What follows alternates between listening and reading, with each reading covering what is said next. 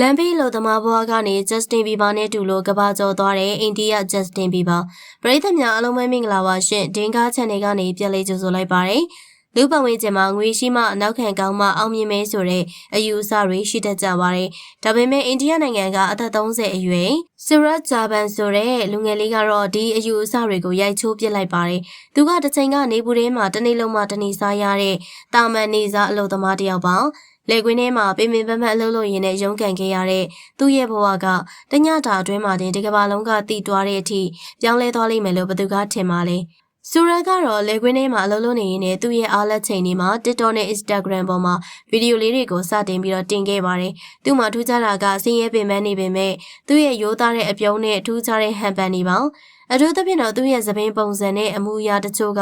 ကမ္ဘာကျော်ဆိုတော့ Justin Bieber နဲ့တူနေရကိုပရိသတ်တွေကသတိထားမိသွားကြပါတယ်။အဲဒီကနေစပြီးတော့ Indian Justin Bieber အိန္ဒိယ Justin Bieber ဆိုတဲ့နာမည်နဲ့ online ပေါ်မှာဟိုလေးတကြောအောင်မြင်လာခဲ့တာဖြစ်ပါတယ်။အထူးသဖြင့်တော့ Suraj ကိုလူသိများသွားစေတဲ့ဟာက Justin Bieber ရဲ့အစောပိုင်းကာလတွေမှာထားလေးရှိတဲ့အရှိစမိတ်ရှိရှိနှထင်ဘေးတွေနဲ့ထူထူထဲထဲနဲ့ဖောင်းကြွနေတဲ့သပင်ပုံစံ fashion ကြောင့်ပါပဲလေကွင်းတွေကရှုံ့နေကြမှာဒီလိုခင်မိတဲ့ poster တယောက်ရဲ့သပင် fashion မျိုးနဲ့တွေ့လိုက်ရတာက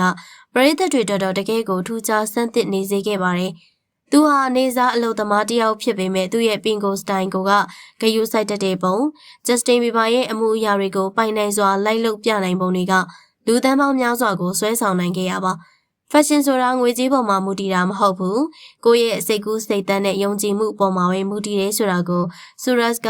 သူ့ရဲ့သပင်ပုံစံနဲ့တင်သက်သေပြခဲ့ရဖြစ်ပါတယ်သူရဲ့အောင်မြင်မှုဟာ online ဗီဒီယိုလေးတွေတင်ရုံနဲ့တင်ရပ်တန့်မသွားခဲ့ပါဘူး။သူရဲ့ရိုးသားမှုနဲ့ပရိသတ်အချစ်ကိုအခိုင်အမာရရှိထားတာကြောင့်အိန္ဒိယရဲ့နာမည်ကြီး reality show တစ်ခုဖြစ်တဲ့ Bigg Boss Marathi Season 5မှာပါဝင်ရှင်ပြိုင်ခွင့်ရခဲ့ပါတယ်။ပညာတတ်တွေနာမည်ကြီးအမှုပညာရှင်တွေကြားထဲကမှတာမန်လေသမားဘဝကနေလာတဲ့ Suraj က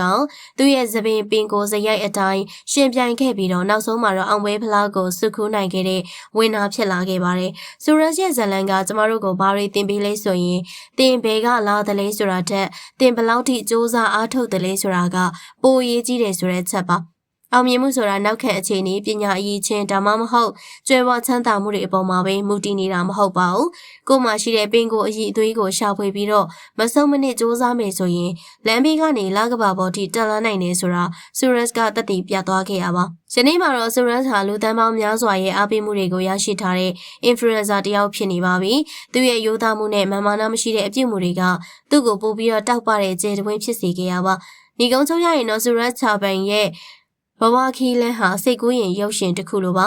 ဒါပေမဲ့ဒါကတကယ်လက်တွေ့ဖြစ်ရတစ်ခုပါဘာပဲဖြစ်ဖြစ်အိန္ဒိယ Justin Bieber ကတော့အစောကြီးပဲဖြစ်နေပါပြီကဲပရိသတ်ကြီးလမ်းဘေးအလုပ်သမားဘွားကနေနိုင်ငံကျော်စူပါစတာတယောက်ဖြစ်လာတဲ့ Suraj ရဲ့အပေါ်မှာမိမိတို့ရဲ့အမြင်ကိုမှတ်ချက်ပေးခဲ့ပါအောင်နော်နောက်ထပ်လည်းစိတ်ဝင်စားဖွယ်ရာအကြောင်းအရာတွေကိုတင်ဆက်ပေးမှာဖြစ်လို့ကျမတို့ရဲ့ channel လေးကို like and subscribe လုပ်ပေးခဲ့ပါအောင်ရှင်ကြည့်ရှုပေးရတဲ့အတွက်အားလုံးကိုကျေးဇူးတင်ပါတယ်ရှင်